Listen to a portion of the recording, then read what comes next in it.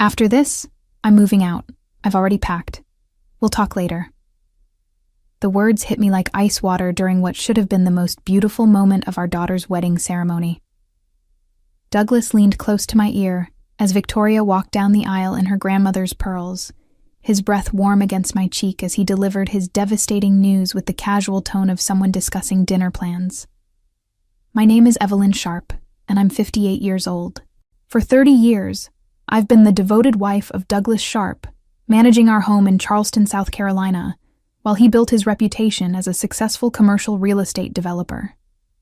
Today was supposed to be the culmination of everything we'd worked toward together, watching our only daughter marry the love of her life in the garden behind our antebellum home. Surrounded by 300 guests who'd come to celebrate this milestone with our family, I kept my face serene, my hands steady as they held my small bouquet of white roses. "Of course, dear," I whispered back, my voice carrying none of the shock that was racing through my veins. Douglas straightened his tie and turned his attention back to the ceremony, apparently satisfied that he'd delivered his bombshell without causing a scene. 3 rows behind us, I could see her. Leah Morrison, his 28-year-old secretary, sitting primly in a navy dress that I now realized was far too expensive for someone earning her salary. She'd been with Bright Hollow Development for 2 years, and I'd always thought her professional and pleasant during the few times we'd met at company events. How naive I'd been. As Victoria and Thomas exchanged vows under the magnolia trees, speaking words about commitment and faithfulness that now felt like mockery, I maintained my composure. The photographer captured moment after moment, Douglas and me standing together, smiling proudly as our daughter promised to love and honor her new husband. To everyone watching, we looked like the picture of marital success, the kind of couple who'd weathered 3 decades together and emerged stronger. But something cold and calculating had already begun forming in my chest. Douglas had chosen this moment, our daughter's wedding day, to announce his betrayal. He'd waited until I was trapped in public, surrounded by family and friends, when any emotional reaction would ruin Victoria's perfect day. He thought he'd cornered me, forced me into silent acceptance of his decision. What Douglas didn't know was that I'd seen this coming months ago, and I'd been preparing. The signs had started appearing 6 months earlier, though I'd initially dismissed them as midlife restlessness. Douglas began working later, claiming urgent projects that required evening meetings. His phone, once carelessly left on kitchen counters, now stayed glued to his side. He'd upgraded his wardrobe without mentioning it, trading his comfortable khakis for tailored suits that made him look younger, more vibrant. Our relationship had never been passionate in the Hollywood sense, but it had been steady, comfortable. We'd built Bright Hollow Development together, though Douglas received all the public credit while I managed the financial side from behind the scenes. I'd sacrificed my own career aspirations as a certified public accountant to support his dreams, handling our investments, estate planning, and tax strategies while he charmed clients and closed deals. For 30 years, I'd been the perfect wife, hosting dinner parties for potential investors, managing our household staff, coordinating family vacations, and ensuring Douglas never had to worry about mundane details like bill payments or insurance renewals. I'd raised Victoria while he traveled, celebrated his successes while downplaying my own contributions, and maintained our social calendar with military precision. But something had shifted after Victoria's engagement announcement last year. Douglas became distant, distracted. He'd stare at his phone during dinner, claiming to read industry news when I could see the reflection of text messages in his wine glass. He stopped mentioning Leah by name when discussing office matters, referring to her only as my assistant, with a careful neutrality that immediately raised my suspicions. 3 months ago, I decided to conduct my own investigation. It started small, checking our joint credit card statements more carefully, noting charges at restaurants I'd never been to, boutiques that sold women's clothing in sizes much smaller than mine. I discovered a second cell phone bill, paid from an account I'd never seen before. When Douglas claimed he was attending a real estate conference in Atlanta, I confirmed the event had been canceled 2 months earlier. That's when I hired Catherine Webb, a private investigator recommended by my longtime attorney, Harrison Phillips. Catherine was thorough and discreet, providing me with photographs, financial records, and a timeline that painted a clear picture of Douglas's affair. Leah Morrison wasn't just his secretary, she was his mistress, his confidant, and apparently his planned future. The apartment lease Catherine uncovered was particularly revealing. Douglas had signed a year-long contract for a luxury condo downtown, listing himself and Leah as occupants. The security deposit had come from a business account he'd opened without my knowledge. Funded by money he'd systematically transferred from our joint investments. As I watched Victoria dance with Thomas during their reception, twirling in circles of ivory silk while guests applauded, I felt a strange sense of clarity. Douglas had underestimated me completely. He saw me as the passive wife who'd always accommodated his needs, who'd never question his decisions or challenge his authority. He had no idea what I was capable of when properly motivated. The revelation that shattered my remaining illusions came just 2 weeks before Victoria's wedding. I'd been reviewing our financial statements when I noticed irregular transfers. Significant amounts moved from our joint accounts to an investment fund I didn't recognize. When I called our financial advisor, Patricia Coleman, she seemed surprised by my inquiry. "I assumed you knew about the new portfolio Douglas established," Patricia said, her voice carrying a note of concern. "He specifically requested that all documentation be sent to his office address." That evening, I confronted Douglas directly. He was in his study reviewing contracts when I placed printouts of the unauthorized transfers on his desk. For a moment, his confident facade cracked, and I saw genuine surprise flash across his features. "Yvaleen, these are just business investments," he said, but his voice lacked its usual certainty. "I'm diversifying our holdings to protect our retirement." "Our retirement?" I kept my tone level, professional. "These transfers are going to accounts with only your name attached, and according to Patricia, you've instructed that I be excluded from all communications regarding these investments." Douglas stood up, moving to the window that overlooked our garden. "You've always trusted me to handle the financial decisions. Why are you questioning me now?" "Because this isn't handling finances. This is hiding assets." I watched his shoulders tense as the truth settled between us. "I know about Leah, Douglas. I know about the apartment, the secret phone, all of it." He turned around slowly, and for the first time in our marriage, I saw him as a stranger. The man I'd loved and supported for 3 decades looked at me with calculation rather than affection, measuring how much damage control he'd need to manage. "What do you want?" he asked quietly. "I want honesty."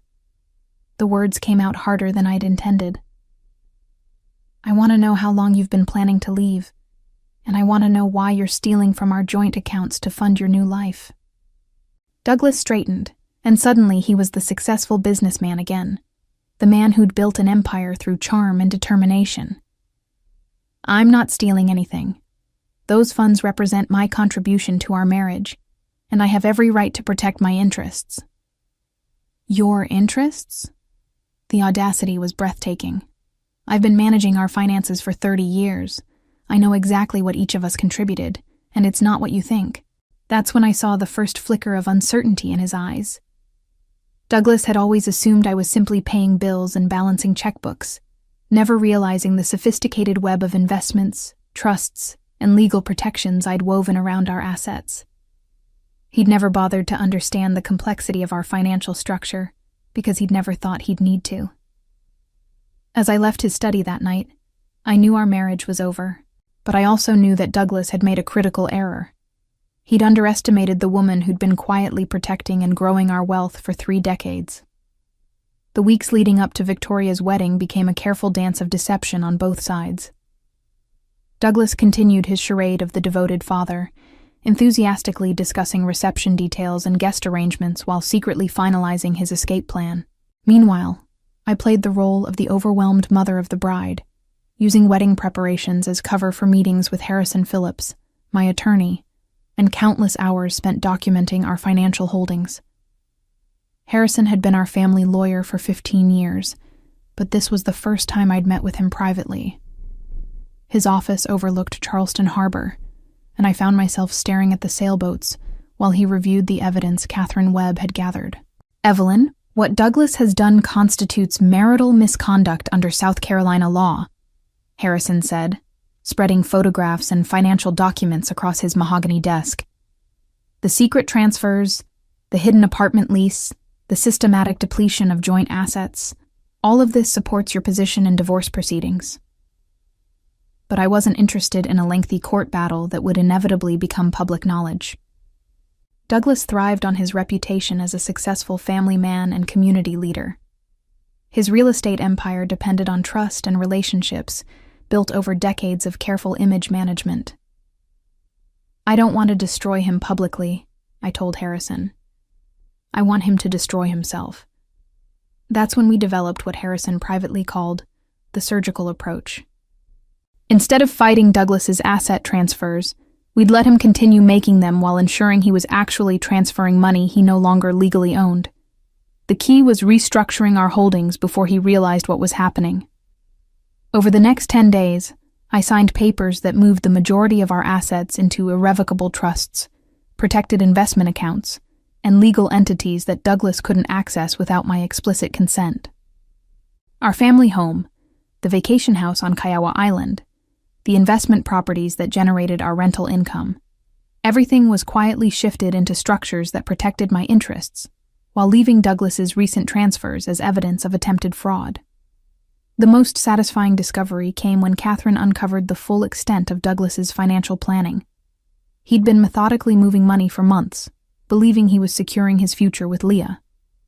What he didn't realize was that most of the accounts he'd been funding were connected to assets I'd already protected through legal restructuring.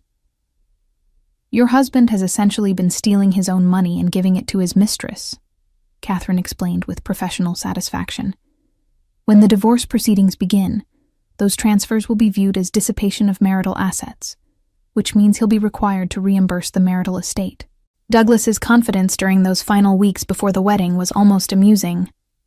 He'd arrive home from his secret meetings with Leah looking pleased with himself, probably imagining how smoothly his transition would proceed. He'd established a new life, secured his finances, and timed his announcement to minimize my ability to interfere. At Victoria's rehearsal dinner, I watched him give a heartfelt speech about love, commitment, and the importance of family. He spoke eloquently about the marriage he and I had built, praising my dedication and support while guests applauded his apparent devotion. Later, I saw him check his phone repeatedly, probably coordinating final details with Leah about their post-wedding plans. The irony was exquisite. Douglas was celebrating his own destruction while believing he was orchestrating his liberation. 2 days before the wedding, I made my final preparation. In a safety deposit box downtown, I placed copies of all financial documents, evidence of Douglas's affair, and a detailed timeline of his asset transfers. I also deposited the divorce papers Harrison had prepared, along with a comprehensive asset list that would shock Douglas when he finally understood the scope of his miscalculation. On the morning of Victoria's wedding, I woke up before dawn and reviewed everything one final time. In a few hours, Douglas would deliver his carefully planned announcement, believing he held all the cards. He had no idea that I'd been preparing for this moment for months, that every move he'd made had been anticipated and countered. The wedding ceremony proceeded flawlessly, despite Douglas's devastating whisper.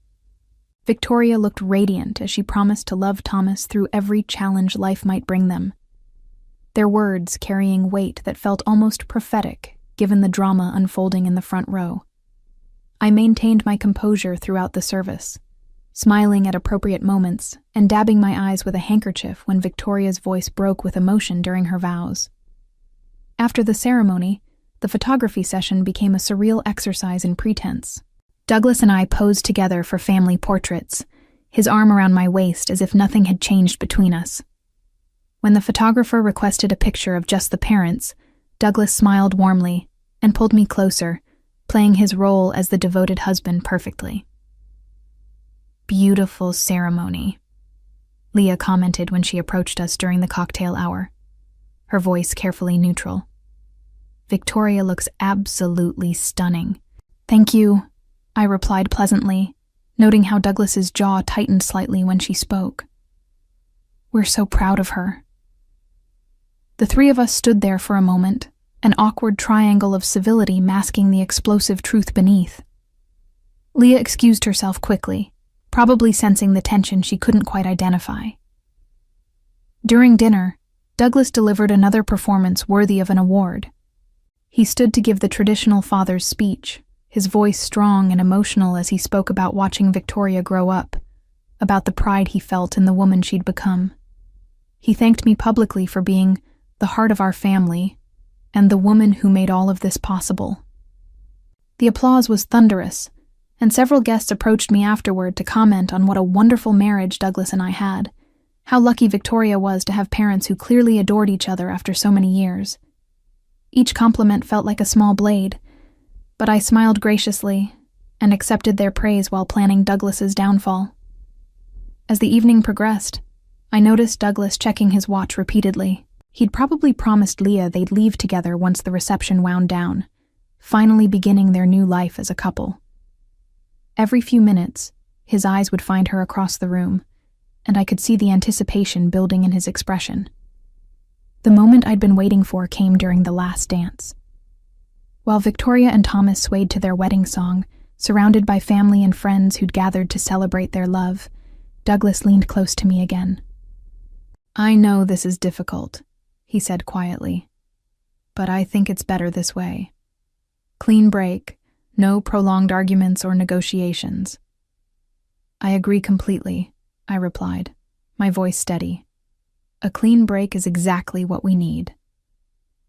Douglas looked surprised by my calm response, probably expecting tears or pleas for reconsideration.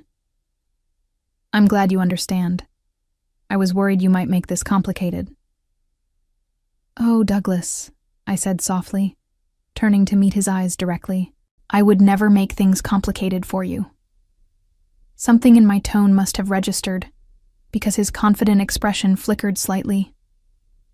But before he could respond, Victoria and Thomas approached us, glowing with happiness and ready to begin their honeymoon departure tradition. As we waved goodbye to the newlyweds, Douglas standing beside me with rice in his hair and his arm around my shoulders for the final photographs, I felt a sense of completion. Victoria was safely married and departing for her honeymoon in Italy. The guests were beginning to leave, thanking us for a beautiful celebration, and Douglas was about to discover that his carefully orchestrated escape plan had been an elaborate trap of his own making. After the last guest departed and the catering staff finished cleaning up, Douglas and I found ourselves alone in our garden for the first time since his morning announcement. He'd loosened his tie and rolled up his sleeves, looking relaxed and pleased with how smoothly the day had proceeded. That went well, he said, surveying the remnants of Victoria's reception. She looked happy. She did, I agreed, then turned to face him directly. I believe you mentioned we needed to talk. Douglas's expression shifted, becoming more serious as he prepared for what he clearly expected to be a difficult but manageable conversation. Yvaleen, I know this comes as a shock, but I think if we handle this maturely, we can minimize the disruption for everyone involved. I appreciate your concern for minimizing disruption, I said, reaching into my small evening purse to retrieve a manila envelope I'd carried throughout the entire wedding. I've prepared something that should help with that. Douglas looked puzzled as I handed him the envelope. What's this? Everything you'll need for your fresh start, I replied calmly, including some documents I think you should review immediately. His confusion deepened as he opened the envelope and began examining the contents. I watched his face carefully, noting the exact moment when his confidence began to crack. It started with a small frown as he read the first page, then progressed to genuine alarm as he flipped through the divorce papers Harrison had prepared. This is dated 3 weeks ago, Douglas said slowly, his voice carrying the first hint of uncertainty I'd heard from him all day. Yes, I filed them the day after I discovered your secret apartment lease, I explained pleasantly. Keep reading. The asset list is particularly interesting. Douglas's hands were shaking slightly as he reached the financial documentation. I'd included copies of every transfer he'd made, every hidden account he'd opened, and every penny he'd moved to fund his new life with Leah. But more importantly, I'd included the legal documents showing how those assets had been restructured months before his transfers began. "You can't do this," he said finally, his voice barely above a whisper. "These accounts, these investments, I established them. The money came from our joint holdings." "Actually, Douglas, if you look more carefully at the dates, you'll see that I restructured our holdings well before you began your unauthorized transfers." I kept my tone conversational, as if we were discussing gardening rather than his financial ruin. "What you've been moving for the past 6 months is money you no longer had legal access to." The color was draining from his face as the implications sank in. The house, the business accounts, the investment properties, all protected through irrevocable trusts and legal entities that require my consent for any transactions. I watched him flip frantically through the papers, searching for some loophole or error he could exploit. "Your transfers to Leah's accounts constitute fraud under South Carolina law. Harrison has already filed the appropriate paperwork with the district attorney's office." Douglas looked up at me with an expression I'd never seen before. Genuine fear mixed with dawning comprehension of how completely he'd been outmaneuvered. "How long have you known?" "Long enough to protect myself properly," I replied. "Long enough to ensure that your betrayal couldn't destroy what I've spent 30 years building." For a moment, we stood in silence among the scattered rose petals and empty champagne glasses, the ruins of Victoria's perfect wedding, serving as backdrop to the end of our marriage. Douglas's panic was immediate and complete. He stood among the remnants of our daughter's wedding reception, clutching the divorce papers while his entire world crumbled around him. The confident man who'd whispered his escape plan during Victoria's ceremony had been replaced by someone desperate and cornered. "Yvaleen, please," he said, his voice cracking. "We can work this out. I'll call off the apartment. I'll end things with Leah. We don't have to destroy everything we've built." I looked at him with genuine pity. Even now, facing the complete collapse of his plans, Douglas still didn't understand the magnitude of his miscalculation. He thought this was about jealousy or wounded pride, something that could be smoothed over with apologies and promises. "Douglas, you chose to end our marriage the moment you whispered your announcement during our daughter's wedding ceremony," I said quietly. "You chose to steal from our joint accounts to fund your affair. You chose to hide assets and plan your future without any consideration for the woman who spent 30 years supporting your dreams." His hands trembled as he flipped through the financial documents again, probably hoping he'd misunderstood something crucial. "The business, our reputation. If this becomes public, it'll destroy everything." "It doesn't have to become public," I replied. "If you sign the divorce agreement and cooperate with the asset recovery process, we can handle this discreetly. But if you choose to fight these proceedings, every detail of your affair and financial misconduct will become part of the public record." Douglas's face went pale as the full scope of his predicament became clear. He'd planned his escape so carefully, but he'd never anticipated that his quiet, supportive wife might be planning her own counter-strategy. The woman he'd taken for granted for 3 decades had systematically dismantled his future while smiling graciously at wedding guests. "How did you know?" he asked desperately. "I've always known who you really are, Douglas," I said with finality. "The question is whether you're going to accept responsibility for your choices or make this even uglier than it needs to be." The aftermath unfolded exactly as Harrison had predicted. By Monday morning, Douglas discovered that his access to every significant account had been terminated. The business credit cards he'd used for his secret transactions were canceled, the investment portfolios he'd counted on were legally protected, and the apartment he'd leased for himself and Leah was being investigated for fraudulent funding sources. Leah Morrison submitted her resignation from Bright Hollow Development that same week, probably realizing that her association with Douglas had become a professional liability. The private investigator Catherine had documented their relationship thoroughly, creating a trail of evidence that would make any future employment in Charleston's tight-knit business community extremely difficult. Douglas attempted to salvage his situation by contacting our mutual friends and business associates, hoping to garner sympathy for his position. But word of his affair and financial misconduct spread quickly through Charleston's social circles, and the man who'd built his reputation on trustworthiness found himself increasingly isolated. The fraud investigation Harrison had initiated proceeded methodically. Douglas's unauthorized transfers were easily documented, and his attempts to hide assets actually strengthened the case against him. Within 2 weeks, he was facing potential criminal charges in addition to the civil proceedings. I, meanwhile, maintained my dignity throughout the process.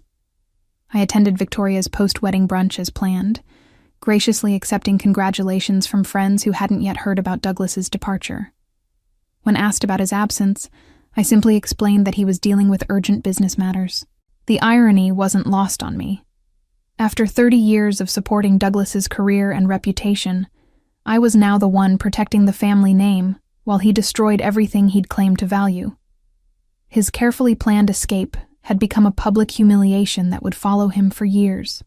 By the time Victoria returned from her honeymoon, Douglas had quietly settled the divorce agreement rather than face a public trial that would have exposed every detail of his betrayal. As I sit in my garden 6 months later, watching the magnolias bloom where Victoria danced on her wedding day, I realized that Douglas's betrayal was actually a gift.